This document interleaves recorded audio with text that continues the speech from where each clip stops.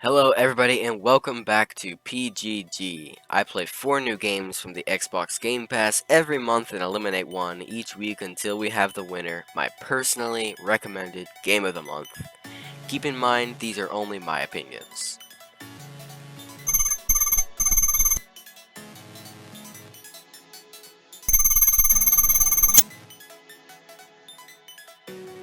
Last week I played the games Streets of Rage 4, Levelhead, West of Dead, and Valorant, then gave you a basic overview of them. It's time to eliminate one of the games.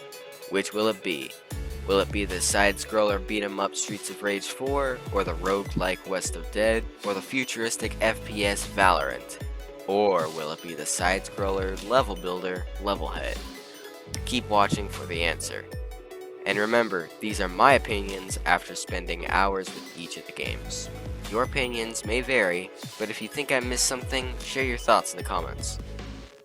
As for Streets of Rage, I've gotten a lot better at the game. Being able to use abilities and a combo really helps take down enemies fast. My brother and I got through about 1/3 of the story, and it's only getting harder and more fun. We've met a couple of new characters and unlocked others. We both have our favorite characters and playstyles. While the story isn't super deep, it's engaging enough that we'll both want to see how it wraps up. And that brings me to my final thought. This game truly shines in co-op play. It's a great game to have a friend over and play until the sun comes up. On to Levelhead. As I said, I played some of the online levels and it added a lot more playability to the game. I had a great time going through and seeing how someone else out there took this game and made it theirs. The levels I played were all over the place creatively. There were some classic levels, some crazy messy levels, some that were almost impossible. Others were very complex, clearly taking a lot of time and planning. As I mentioned last week, Levelhead is very basic. You build and you play levels. That's really it. There's not much story to keep me coming back in order to beat the final boss, or a ranking system that would keep me coming back to compete with other players. It disappoints me a little because after all the time you spend in the game, it's really all about your drive to beat someone else's level or to make one that they can't beat that keeps you coming back. In West of Dead, I've almost unlocked a bigger health flask, so that should help a lot while I'm out in the field. And I've got to say, most of the items in the shop are super expensive. There's a gun that costs 500 sins, which are the currency in Purgatory.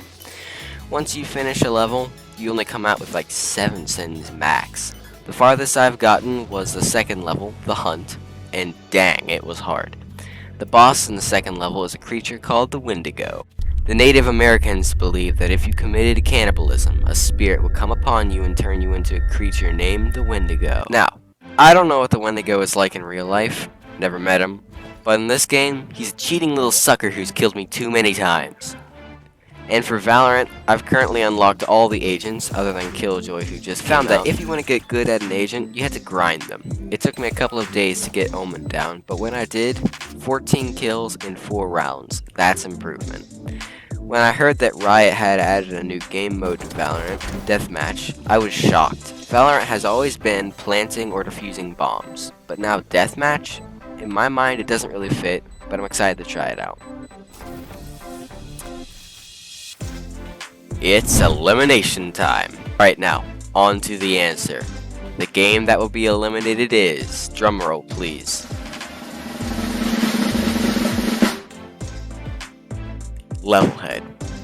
I said a lot of great things last week about Levelhead, so I don't blame you if you don't agree. Here are the reasons. It's a very simple game. You build or you play, that's it. It might be a very open game, but it just wasn't the game that kept me coming back.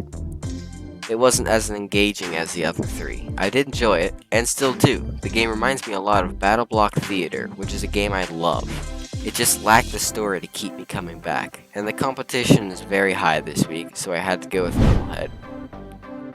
Next week, we'll eliminate the second game from the list, so make sure you're watching to find out which of these games will continue to compete for my personally recommended Game of the Month. I'll post the next video Sunday, Central Standard Time. Thanks for watching, thanks for subscribing, and remember, life is short. Play great games.